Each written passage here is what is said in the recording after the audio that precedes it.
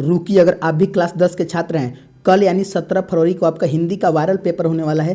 तो यह वीडियो आप लोगों के लिए बहुत ही इंपॉर्टेंट है, क्योंकि कल के पेपर में यानी 17 फरवरी के दिन प्रथम पाली और दूसरे पाली दोनों के लिए वायरल क्वेश्चन लेकर आ चुके हैं, जो कि आपके एग्जाम में 100% आपके एग्जाम में पूछा जाएगा। तो इस वीडियो को लास्ट तक जरूर देखिएगा और एक एक क्वेश्चन को जरूर याद कर लीजिएगा। चलिए क्लास को स्टार्ट करते हैं। पहला क्वेश्चन देखिए और इसका आंसर लगाइए। कह रहा है कि मगम्मा क्या बेचती थी। एकदम वायरल क्वेश्चन है, जो कि प्रथम पाली और दूसरे पाली दोनों के लिए इंपॉर्टेंट है। तो सारे बच्चे फटाफट आंसर लगाए। तो मगम्मा क्या बेचती थी बाबू। कह रहा है दूध बेचती थी, ऑप्शन बी दही बेचती थी कि मक्खन की घी। याद रखेंगे, मगम्मा जो है वह दही बेचती थी, यानी ऑप्शन बी आपका सही हो जाएगा। ऑप्शन बी को याद कर लीजिएगा। चलिए अगले क्वेश्चन की ओर चलते हैं। दूसरा क्वेश्चन कह रहा है कि दही वाली मगम्मा कहानी का कहानीकार कौन है, यानी इसके लेखक का नाम पूछ रहा है। तो दही वाली मगम्मा कहानी के लेखक कौन है। श्रीनिवास जी हैं, सात कोड़ी होता, ईश्वर की सुजाता है। ये भी वायरल क्वेश्चन है। जितने भी आज क्वेश्चन कराएंगे बाबू, सब आपके दोनों पाली के लिए, प्रथम पाली और दूसरे पाली, कल आपके पेपर में रहेगा, याद रखिएगा। तो इसके लेखक हो जाएंगे श्रीनिवास जी। ऑप्शन ए आपका सही हो जाएगा। और क्लास को लास्ट तक देखिएगा, तभी आपका क्लियर हो पाएगा। तीसरा कैंसर है कि आधुनिक सभ्य समाज श्रम विभाजन को आवश्यक क्यों मानता है। तो जो आधुनिक सभ्य समाज है ना, वो श्रम विभाजन को आवश्यक क्यों मानता है। याद रहे, कार्य कुशलता के लिए। ऑप्शन ए आपका सही हो जाएगा। ऑप्शन ए को ध्यान रखिएगा। चलिए और देखिए, अभी तक जो बच्चे वीडियो को लाइक नहीं किए, सबसे पहले बाबू आप लोग वीडियो को लाइक कर लेंगे, क्योंकि बहुत सारे बच्चे ऐसे अभी तक लाइक नहीं किए हैं। और जो बच्चे न्यू स्टूडेंट हैं, नहीं कल आपका पेपर होने वाला है, और अभी भी वो चैनल को सब्सक्राइब नहीं किए बाबू, तो आप लोग कर लीजिए, क्योंकि आपके एग्जाम में जो क्वेश्चन कल आपके पेपर में आने वाला है, ऑब्जेक्टिव के साथ साथ सब्जेक्टिव भी हम करवाने वाले हैं। जो वायरल क्वेश्चन आएगा, तो अभी इस चैनल को सब्सक्राइब कर लीजिए, बिल्कुल देरी मत करिए। जितना देरी करेंगे आपके एग्जाम में उतना ही नंबर कम होता जाएगा। तो चलिए 4 कैंसर लगाइए। श्रम विभाजन और जाति प्रथा पाठ बाबा साहेब के किस भाषण का संपादित अंश है। तो याद रखिए, कौन सा भाषण, इनहिलेशन ऑफ कास्ट का है, यानी ऑप्शन सी आपका सही हो जाएगा। ऑप्शन सी को याद कर लीजिएगा, ये भी इंपॉर्टेंट क्वेश्चन है। चलिए 5वां कैंसर लगाइए। करे कि ऐसे ही लड़के आगे चलकर गुंडे चोर डाकू बनते हैं। यह कहानी यानी यह पंक्ति कहानी के किस पात्र ने कही है। सेन साहब की धर्मपत्नी ने नहीं, गिरधर लाल ने नहीं, किसने कहा है बाबू, सेन साहब ने कहा है। ऑप्शन सी आपका सही हो जाएगा। और आप लोगों का कौन से पाली में एग्जाम है, किनका किनका प्रथम में है और किनका किनका दूसरे पाली में है, एक बार कमेंट करिए। तो चलिए सारे बच्चे लिखेंगे किनका प्रथम पाली में और कौन बच्चे का दूसरे पाली में है एग्जाम। 6वां कैंसर है कि किस के अध्ययन क्षेत्र में भारत के कारण नव जीवन का संचार हो चुका है। तो किसके अध्ययन क्षेत्र में, याद रखें, नीति कक्षा हो जाएगा, नीति शास्त्र हो जाएगा। और नीति यहाँ पर कक्षा नहीं, नीति कक्षा में ऑप्शन बी आपका सही हो जाएगा। ऑप्शन बी को याद कर लीजिएगा। अगले क्वेश्चन की ओर चलते हैं। 7वां क्वेश्चन करें कि मगम्मा की बहू का क्या नाम है। तो मगम्मा के बहू का क्या नाम है बाबू, नजम्मा नाम है। ये भी वायरल क्वेश्चन है, जो कि आपके पेपर में आएगा, यानी ऑप्शन ए आपका सही हो जाएगा। ध्यान रखिए, अगर कल आप लोग 50 में 50 सही करना चाहते हैं हिंदी के ऑब्जेक्टिव में, तो ये वीडियो को लास्ट तक देखिएगा, एक भी क्वेश्चन मत छोड़िएगा।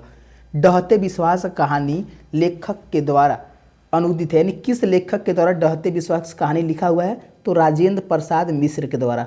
ऑप्शन ए आपका सही हो जाएगा। ऑप्शन ए को याद कर लीजिएगा। चलिए अगले क्वेश्चन की ओर चलते हैं। 9 क्वेश्चन नंबर 9 का है कि माँ कहानी किस लेखक के द्वारा रचित है। तो जो माँ कहानी है ना बाबू, किस लेखक के द्वारा रचित है। श्रीनिवास, सात कोड़ी होता कि ईश्वर पेटलिकर की सुजाता। कमेंट में आप लोग आंसर दीजिए। 9 का आंसर क्या हो जाएगा, याद रखिएगा, ईश्वर पेटलिकर के द्वारा लिखा हुआ है, यानी ऑप्शन सी आपका सही हो जाएगा। ऑप्शन सी को याद कर लीजिएगा। अगले क्वेश्चन की ओर चलते हैं। 10वां क्वेश्चन कर मंगू की माँ की कितनी संतानें थी। जो मंगू की माँ है उनकी कितनी संतानें थी। तो 4 संतान थी, इसको याद कर लेंगे।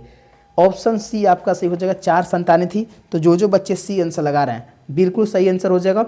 चलिए और देखिए बाबू, अभी तक आप लोगों ने वीडियो को लाइक नहीं किया, प्लीज़ आप लोग लाइक कर लीजिए, क्योंकि कल आपका पेपर होने वाला है। और चैनल को सब्सक्राइब कर लीजिए, बार बार बच्चों से बोल रहे हैं कि आप लोग कर लीजिए, ताकि आपके एग्जाम में जो क्वेश्चन वायरल होगा वो सब आपके इस चैनल पर करवा दिया जाएगा।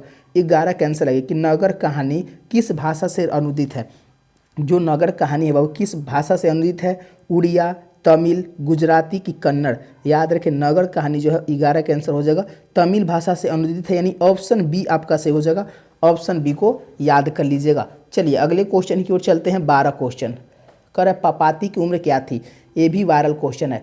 पपाती की उम्र 12 वर्ष था। कितना वर्ष था, 12 वर्ष था। ऑप्शन सी आपका सही हो जाएगा। ऑप्शन सी को याद कर लीजिएगा। चलिए अगले क्वेश्चन की ओर चलते हैं। 13 क्वेश्चन कर धरती कब तक घूमेगी कहानी किस लेखक के द्वारा अनुदित है। जो धरती कब तक घूमेगी जो कहानी है किस लेखक के द्वारा लिखा हुआ है, गोपाल दास नगर के द्वारा, कि सांवर दैया, कि के जमुना, कि राजेंद्र प्रसाद मिश्र के द्वारा। तो याद रखिए धरती कब तक घूमेगी बाबू, सांवर दैया के द्वारा लिखा गया है। 13 का आंसर हो जाएगा ऑप्शन बी। ऑप्शन बी को याद कर लेंगे।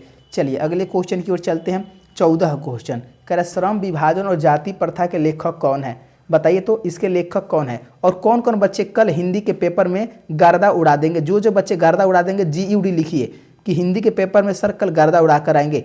चलिए तो श्रम विभाजन और जाति प्रथा के लेखक कौन है, भीमराव अंबेडकर जी हैं। ऑप्शन डी आपको याद कर लेना है। बहुत बढ़िया, जो बच्चे आंसर लगा रहे हैं बिल्कुल सही आंसर है। इसी तरह बाबू कमेंट में आंसर दीजिएगा। 15 का आंसर लगे कि एक वृक्ष की हत्या कविता किस काव्य संग्रह से संकलित है। तो एक वृक्ष की हत्या जो है ना वो इन दिनों से लिया गया है। किन से लिया गया है, इन दिनों से लिया गया है, यानी ऑप्शन सी आपका सही हो जाएगा। ऑप्शन सी को याद कर लेंगे। चलिए अगले क्वेश्चन की ओर चलते हैं। नेक्स्ट क्वेश्चन 16 का आंसर लगाइए। क्वेश्चन नंबर 16 का आ रहा है कि गरीब वस्तुओं में क्या हुआ था। गरीब जो बस्तियां हैं उसमें क्या हुआ था, कह रहा है कई शिशु पैदा हुए थे, कि दंगे, आगजनी और बमबारी हुई थी, कि धमाके से देवी जागरण हुआ था। याद रखिए धमाके से देवी जागरण हुआ था, यानी ऑप्शन सी आपका सही हो जाएगा। ऑप्शन सी को एकदम याद कर लीजिएगा। चलिए नेक्स्ट क्वेश्चन की ओर चलते हैं। 17 क्वेश्चन कह रहा है कि सृष्टि की विकास थमा का प्रथमा अक्षर क्या है। तो याद रखेंगे क्या हो जाएगा, तो 17 का आंसर हो जाएगा ऑप्शन सी हो जाएगा। विफलता पर छल के आंसू है। ऑप्शन सी को याद कर लीजिएगा। अगले क्वेश्चन की ओर चलते हैं। 18 क्वेश्चन करे कि लौट कर आऊँगा फिर कविता किस कवि के द्वारा भावांतरित किया गया, यानी किस कवि के द्वारा भावांतरित किया गया है। तो लौट कर आऊँगा फिर बाबू यह प्रयाग शुल्क के द्वारा। ऑप्शन सी सही हो जाएगा। ये भी क्वेश्चन बहुत सारे बच्चों को याद नहीं होगा तो आप लोग इसको जरूर याद कर लीजिएगा। चलिए अगले क्वेश्चन की ओर चलते हैं। 19 क्वेश्चन करे कि मेरे बिना तुम प्रभु किस भाषा से अनुदित है। तो मेरे बिना तुम प्रभु जो है किस भाषा से लिखा हुआ है। 19 का आंसर क्या हो जाएगा, ऑप्शन बी हो जाएगा जर्मन। ऑप्शन बी को याद कर लेंगे, जर्मन भाषा में लिखा हुआ है, ध्यान रखेंगे। अगले क्वेश्चन की ओर चलते हैं। 20वां क्वेश्चन कह रहा है दही वाली मगम्मा कहानी किस लेखक के द्वारा रचित है। तो दही वाली मगम्मा कहानी जो है किस लेखक के द्वारा रचित है। श्रीनिवास, सातकोड़ी होता, कि राज गोपालचारी, की महात्मा गांधी। देखते हैं किनका सही आंसर आता है। याद रखो इसके लेखक जो हो जाएंगे श्रीनिवास जी हो जाएंगे, यानी ऑप्शन ए आपका सही हो जाएगा।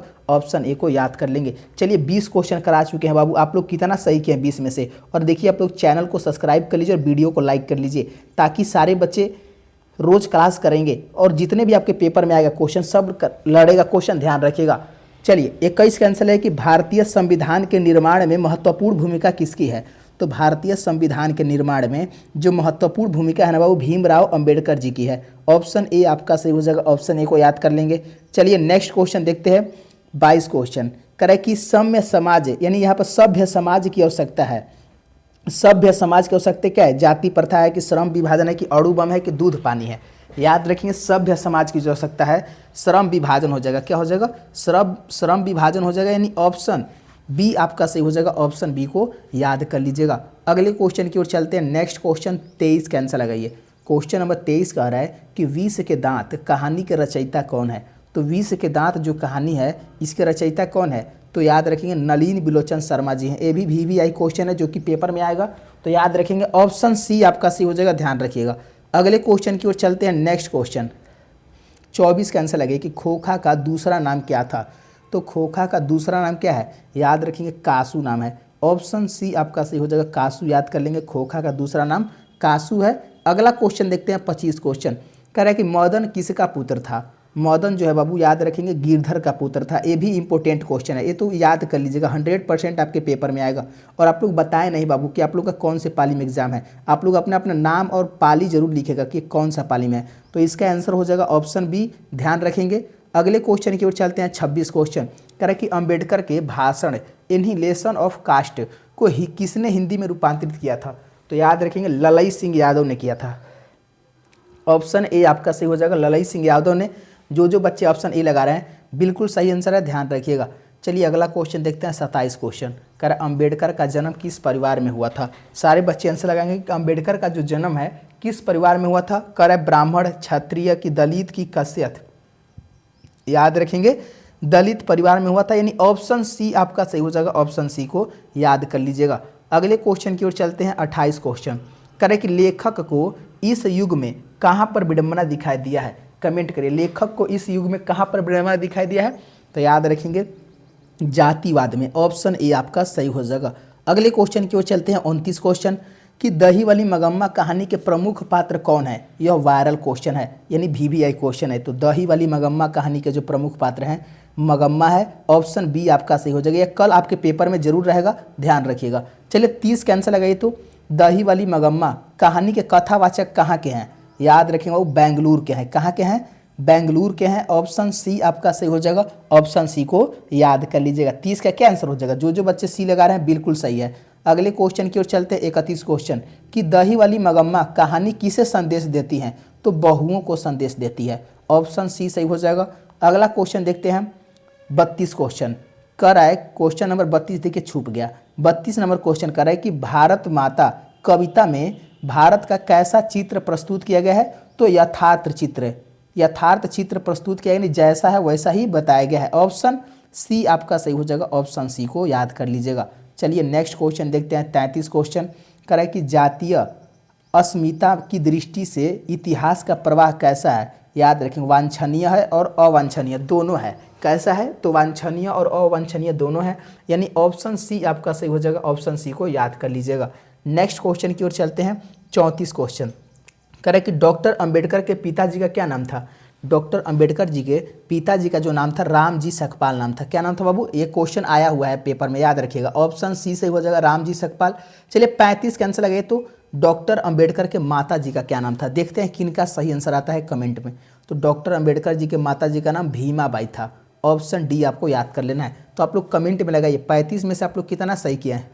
और एक बात और लिखिएगा बाबू कि क्या आपने अभी तक वीडियो को लाइक कर लिया है। अगर हाँ तो प्यारा सा दिल बनाएंगे और चैनल को सब्सक्राइब कर लेंगे, क्योंकि तुरंत नेक्स्ट क्लास में सब्जेक्टिव लाने वाले हैं। सब्जेक्टिव क्वेश्चन अगर चाहिए तो अभी चैनल को सब्सक्राइब करके बेल आइकन दबा देंगे, ताकि जैसे ही आपके पेपर में जो सब्जेक्टिव आने वाला है वो अभी करवाने वाले हैं। तो मिलते हैं अगले क्लास में। धन्यवाद दोस्तों, जय हिंद दोस्तों।